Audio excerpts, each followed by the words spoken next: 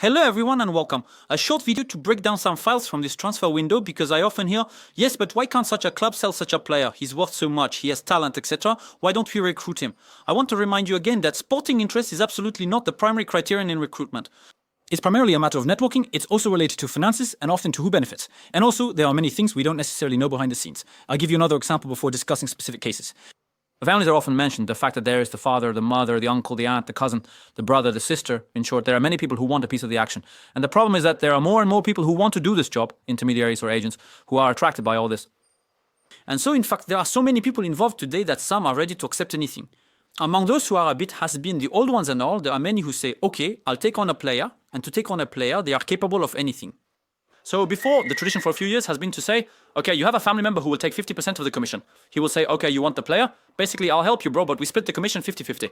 And some would say, but wait, basically, I'm going to do everything and I have to give 50% because you're the brother, you're the cousin, or whatever you want. I mean, before now, it is only 20, 80 for the joiner. And now I even hear sometimes saying, ma, okay, we want to do the commission. You only get 20. Now, the problem is that some will accept that. And by accepting it, they set a new standard. So then there are families who say, but wait, we have this, so why would we look elsewhere? And that's where the problem lies, because often these agents are not very skilled or not very honest. So actually, it brings in other intermediaries because they are not able to come up with real offers. But in fact, sometimes it's a real mess. There are 5 or 6 people speaking on behalf of a player, and there are families capable of blowing up a deal just because they won't get enough out of it. So, it's a real problem. We might have time to go into detail about it, but this was an introduction to show that very often, I remind you, the sporting criterion is definitely not the one that will lead to a sale or purchase of a player. Then, as we recall, there is the image. Because today, we can use websites, 10 influencers, etc. I mean, now Foot Mercato has become so important that there are so many people who want to send a message saying, Foot Mercato, etc., that it's ridiculous. Others who told me L'Equipe or whatever, I don't know. It's becoming laughable. And I'm not even talking about the international level, those who are there to be in the picture, to say, you saw bro thing. And in this game of influence, media impact and communication, Rock Nation is one of the agencies that has been talked about the most in recent years. We saw the thing with Jay-Z, etc. Obviously, there's Vinicius. They mentioned Matteo, Martinelli, Mike Fofana, and so many other players. And it's notably managed by someone who is very good, named Mr. Pena, who knows his job. That guy, he's very good. The problem is that Rock Nation, which did very well, has completely lost its way. It's true that Rock Nation in the beginning was a small circuit, etc. There were resources, a lot of communication indeed, because we live in this digital era. But it was work behind it. We anticipated the files well. It wasn't chaos. The problem is that Rock Nation wanted to expand. They brought in the cousin, the uncle, this and that, lots of intermediaries. Today, it's a Mexican army. Which means that, in fact, there is a lack of communication and clarity within Rock Nation itself. And I would say a lack of competence. There are very competent people, others much less so. You have guys who brought them files, they are not necessarily listened to. Which means that today it's a mess. Take the Malik Fofana case. It's a case that isn't that easy, but it's not the hardest either. Because Fofana doesn't have a huge salary in Lyon. Because he comes from Belgium. He was young, so he doesn't have a huge salary. Because I repeat, you can sell a player for a high price. But often, clubs today will look for a player who has, if they have the choice, a slightly lower salary. You will pay transfer fees. But you don't really want to, because the salary commits you for several years. So if you have to choose up, you prefer the guy who currently earns 50,000 over the guy who earns 200,000. Because you think you'll put him at 150, he'll be happy. With the other, you'll have to give even more. Well, but to Fofana, you have time to anticipate. You know that Lyon is doing poorly, etc. You know there are potentially some inquiries. It's almost the end of July, and you have no firm offers on the table. There you go. And the thing is, I've repeated it, this year, you've seen that there are a lot of transfers between England and Germany, the two leagues that are economically active, which also almost enrich each other. They do a lot of transfers between the two countries. France is not that slow. Today, you have an offer, take Turkey. Turkey at the first, we anticipated. You're at the end of July playing. In fact, Fofana depends on others, notably Luis Diaz, Bayern, Liverpool. So he helps, it's a short list, of course.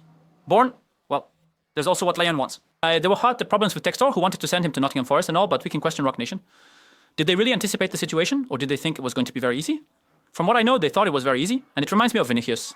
Vinicius, you didn't need to be a fortune teller to know that it was going to end with Saudi Arabia, I repeat, for almost a year.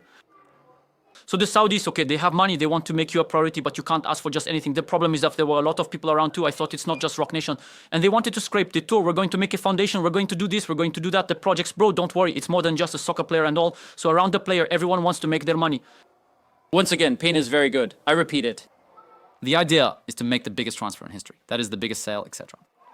Except that at some point when the player is there, people say, no, but actually he's only going to stay for 2 years. And when you tell the Saudi, yeah, actually it's only a 2-year contract, what do you think they reply to you? And on the same side, you say to yourself, well, is he at the end of his contract? Not that. But next year, I think he's in 2027, I think, Vinicius. So what do you do this summer? You have to make a decision. For real, especially as well. So what does he do? Oh, yes, we want to extend, but we want more money, etc. Knowing that there are internal rivalries also in terms of salary, you can imagine that Real cannot give Vinicius more than what they give Mbappe. Some, 5, yeah. Already it poses a huge salary problem. Mbappe, you can't. So it wants more, etc. Things are leaked to the press with people who are unrecognizable too. It's a complete mess. But honestly, the negotiations with Arabia, they are not good. They are not good. Because now today you're stuck, what do you do? Because given the salary proportions and what we told the players and their entourage, there's no other part of the world that would offer you that. And today, there's no one interested in Vinicius. And what do you do with Rio? Because the numbers, no, we don't want them, etc. So there's still a little time left. But overall, when you look at the Fofana and Vinicius case, you can't tell me it's very well managed, because at some point, there are too many people who have gotten involved in the middle of Rock Nation. There's no clear line. And actually, by playing hot and cold, be careful that in the end, you don't end up with nothing. To stay on the topic of lack of planning and Madrid, Rodrygo, there's the dad. That signed with a Brazilian agent. I lost his name. He has a few players and all. He's not the biggest agent in the world, but he works and all. The problem is that the father talks to everyone, and the entourage talks to everyone. And actually, there are clubs that no longer want to talk. Because in fact, there are impossible salary demands. We need so many jets, we need so many people. Because you also have all the extras in the contracts. And the problem is that the family, well, there it is. Earlier, Sisi, there was T who was very interested, but now, not really, because they didn't really like the father's comments here and there, complaining. Which means that today, there are clubs that no longer want to talk to the father. And in the middle, who do we suddenly find? Uncle. And for life, who is always there, an octogenarian, but still there, present, after Rashford, after... What did he do? He also did Gabriel Vega this summer. Grande Day, he brought him to Europe. He also put the Euro Ice in Nagala. We know the guy is still very, very strong, despite his age, despite everything. However, his organization, even speaking of the greatest, leaves much to be desired, because in fact, everyone is fighting to manage the patriarch succession. So there are a lot of issues, and I think the Xavi empire will fall. Will unfortunately fall, because right now the succession is not clear. And even he doesn't succeed in everything. And Nkunku, for the moment, still has no offer. Nkunku, everyone knows that, well, it's complicated. What might actually be his downfall is a real question. But so, in the Rodrygo case, he's coming. By whom? How?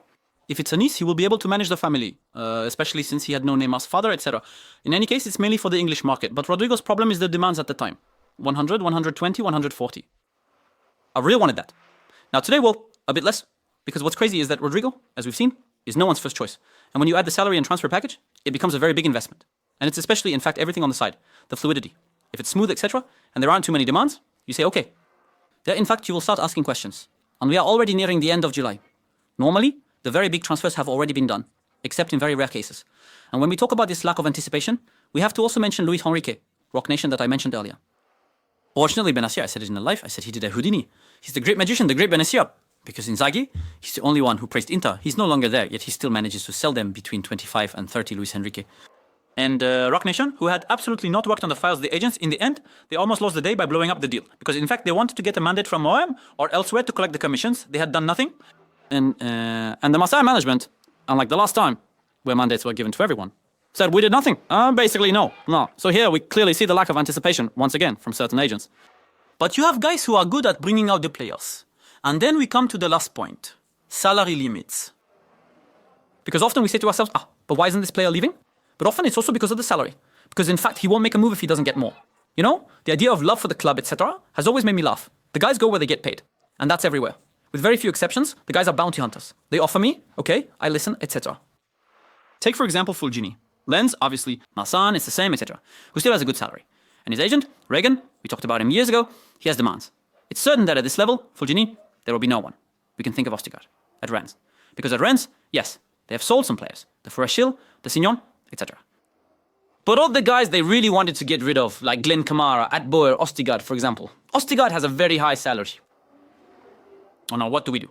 And you know that the only way to part with it is either you take on part of the salary on a loan, except there are loan limits on the players, etc. Then you also wonder, either you reduce the contract, you will make money. Because today, his transfer value is completely zero. Because they are dead weight in a locker room due to their salary. Yeah, today, Ostigard, who will take him at that price? In fact, no one. And you arrive with this problem, Rennes has a huge problem to offload. Let's say, all these unwanted players. And if they offload them, it's either they will have to sign a check, but it will allow them to reduce part of the salary, etc. But they won't make money from it. And there are plenty of other clubs like that suffering from the same problem. Is that, in fact, the names give such high salaries to players that even if the player is good, even if he has a small reputation, in fact, because of that, there won't be any offers. And obviously, when we talk about salary and of disconnected from reality, of Manchester United, because there, similarly, no, we have players who have a market value. Garnacho has a market value. Except that you will devalue him because yes, certainly the first is Tenra and with Amorim, etc. But well, he still has a market value because he has a slightly different profile. Some have potential. Okay. Today, Garnacho's value, how much is it? 30, 40, there is a market. Not 70. And especially not when you put him in a loft and publicly state that you don't want him anymore. By doing that, your player loses value. And what is absolutely incomprehensible is that United needs to balance its accounts a bit more. We know that financially it's tough. There's austerity, social plans, many losses and all that. They paid a lot of MBE mode points saying, no, we will no longer overpay players more than 80. He's still a very good player, but more than 80. Cogna, they paid the clause too, so there is no merit, there is no negotiation. So once again, United gets taken with the Red Devils rate. On the other hand, again, the NAR has managed to sell a few players, and there, it's a disaster. Sancho, Rashford, obviously with the salary. As I was telling you, it was impossible to get out otherwise. We also have the case of Anthony, they wanted too much, etc. At some point, okay, there are the amortizations if you want. But at some point, you have to save the furniture. Why? Because United will need to bring money into the coffers. So there, Garnacho. You found a way to devalue him for the moment. Well, you might still manage to get out of it, but not at the price you hoped for. So you dreamed he was a fantasy. But it's better to recover something than nothing at all with a loan or something uncertain. Because in the end, and it's the same for many French or Belgian clubs, you wait. You tell yourself, okay, we'll find a solution because you don't anticipate. Except that in the end, you realize that the players you wanted to let go, maybe they don't have offers, but since you'll need cash, it's a guy you wanted to keep that you'll have to let go. And that's the problem for many. And likewise, for all the players and agents asking for fortunes, etc. Today, 150, 200,000, clubs won't offer you that anymore. And I think there are still many agents who haven't understood that now. When you have an offer, it's very good. Before, you sometimes had 4 or 5. Today, you have 1 or 2 offers. You're happy. And when it's already the end of July, and you have nothing. And I see some who are not worried. So yes, it will get hectic. We know the last 2 weeks. Except that it's not just the French, Belgian, or Swiss market. Today, we are in a completely internationalized market with fewer and fewer clubs able to support both the transfer and the salaries under current conditions. So yes, you might tell me there are always counterexamples. Chichisti, Liverpool, that's an example. How many players are there that clubs would like to offload? 4-1, 4 successes like that, and again, it's Germany and England. There are all the others who will be moping. But that, if we go back to what I said from the beginning of this video, is mainly due to a lack of anticipation and not understanding the current reality of the market. So there you go. I hope this helps you see things a little more clearly, and we'll see you very soon. Keep the faith.